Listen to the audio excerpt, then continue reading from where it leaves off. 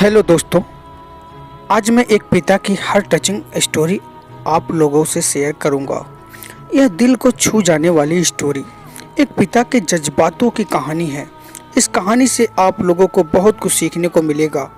इस कहानी को लिखने का मेरा एक ही मतलब था कि मैं पिता की भावनाओं को आप लोगों के साथ बहुत ही सुंदर स्टोरी में पिरोकर आप लोगों से शेयर करूं। आपने माँ के बारे में तो बहुत सुना होगा, बहुत जगह पढ़ा भी होगा। माँ के लिए अच्छी अच्छी हिंदी कहानियाँ लिखी गई है, लेकिन पिता के बारे में बहुत कम ही लिखा गया है। तो दोस्त, यह हार्ट टचिंग स्टोरी उन फादर्स को समर्पित है जो अपनी परिवार के लिए जी जान से काम करते हैं, खुद की इच्छाओं को मारकर अपने बच्चों के सपनों को पूरा करते हैं। यह स्टोरी शुरू होती है जब मैं घर से गुस्से में बड़बड़ाते हुए निकल आया था और बस स्टैंड की तरफ आगे बढ़ने लगा।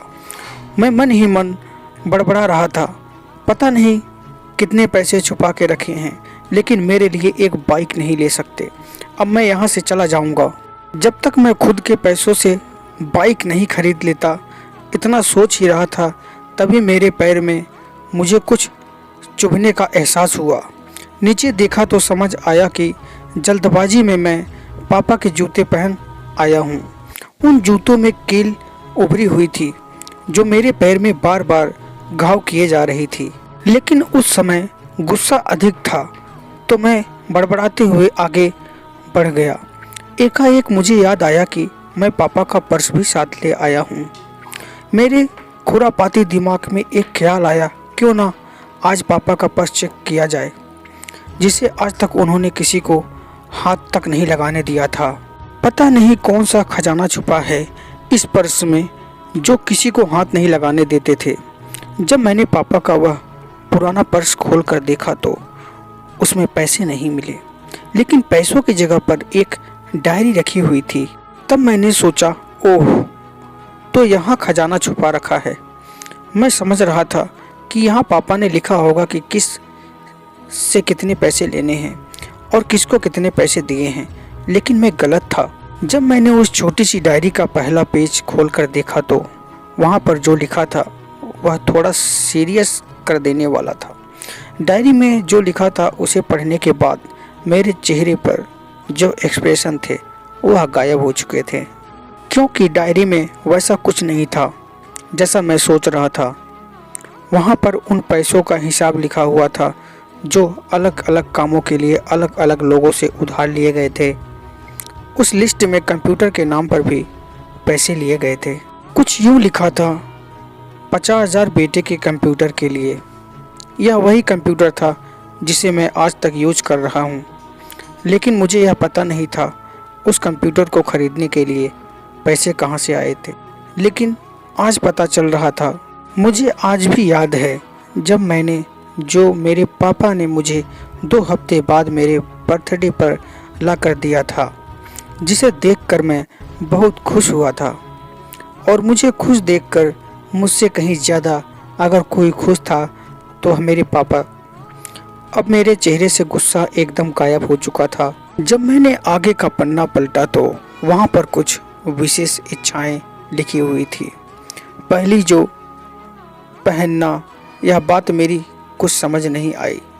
तभी मेरा पाँव अचानक सड़क पर भरे हुए पानी पर जा पड़ा और तभी मेरे पाँव में कुछ गीलेपन होने का एहसास हुआ। जब मैंने जूता उतार कर देखा तो उसका तला टूटा हुआ था। यह देखकर मुझे डायरी में लिखी बात याद आ गई।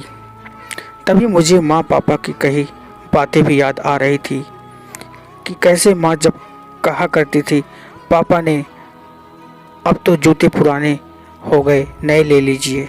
तो पापा अक्सर यह कहकर टाल दिया करते थे, जूते अभी और चलेंगे, अभी कुछ दिन पहले तो लिए थे। मुझे आज समझ आ रहा था कि कितने दिन और चलेंगे। साथ यह भी समझ आ रहा था कि पापा पर्स को क्यों छुपा कर रखते थे। तभी उस डायरी को पढ़ते हुए बस स्टैंड पर पड़ी बेंच पर जाकर बैठ गया। अब उस डायरी का आखिरी पन्ना बचा हुआ था। उस पन्ने को जब मैं पलट कर देखा तो वहाँ कल की डेट लिखी हुई थी। तारीख के नीचे लिखा हुआ था 50,000 रुपये बाइक के लिए। बस इतना पढ़ा और दिमाग सन्न रह गया। अब मेरे मन में कोई शिकवा गिला नहीं बचा था, बस मेरी आंखों से आंसू चले जा रहे थे। मुझे आज तक नहीं पता चला तब मैं क्यों रोया जा रहा था। अब मैं जल्दी से घर की तरफ भागा, लेकिन जूतों की वह कील पाँव में अब तक घाव बनाने में कामयाब हो चुकी थी। मैंने जूतों को रास्ते में ही निकालकर फेंक दिया और भागते लड़खड़ाते हुए घर जा पहुंचा, लेकिन पापा घर पर नहीं थे। मैं समझ गया वह कहाँ गए थे। मैं सीधा पास वाली बाइक एजेंसी की तरफ भागा। पता नहीं आज कहाँ से इतनी ताकत आ गई थी कि मैं भागते हुए थक नहीं रहा था, और वह भी बिना जूतों के नंगे पैर। जैसे तैसे मैं बाइक एजेंसी पर पहुंचा। पापा वहीं थे। मैंने पापा को दौड़कर गले लगा लिया और मेरी आंखों से आंसू रुकने का नाम नहीं ले रहे थे। पापा को समझ नहीं पा रहे थे आखिर हो क्या रहा है, मैं क्यों रो रहा हूँ।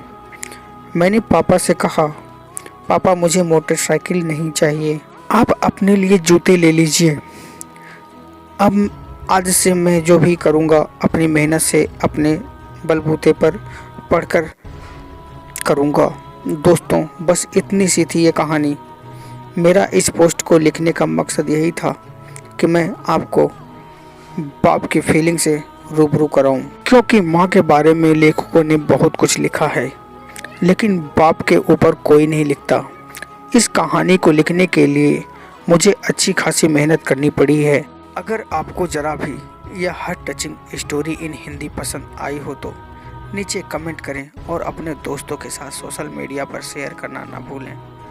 यदि आप हमसे बात करना चाहते हैं तो डिस्क्रिप्शन बॉक्स में मेरी ईमेल आईडी पड़ी हुई है, उस पर आप मैसेज करके मेरे से फ्रेंडशिप कर सकते हैं। दोस्तों, अगर वीडियो अच्छी लगी हो तो वीडियो को लाइक और शेयर कमेंट अपने फ्रेंड्सों में ज़रूर करें और चैनल को सब्सक्राइब ज़रूर करें। धन्यवाद। मिलते हैं अगली वीडियो में, तब तक के लिए टाटा बाय बाय।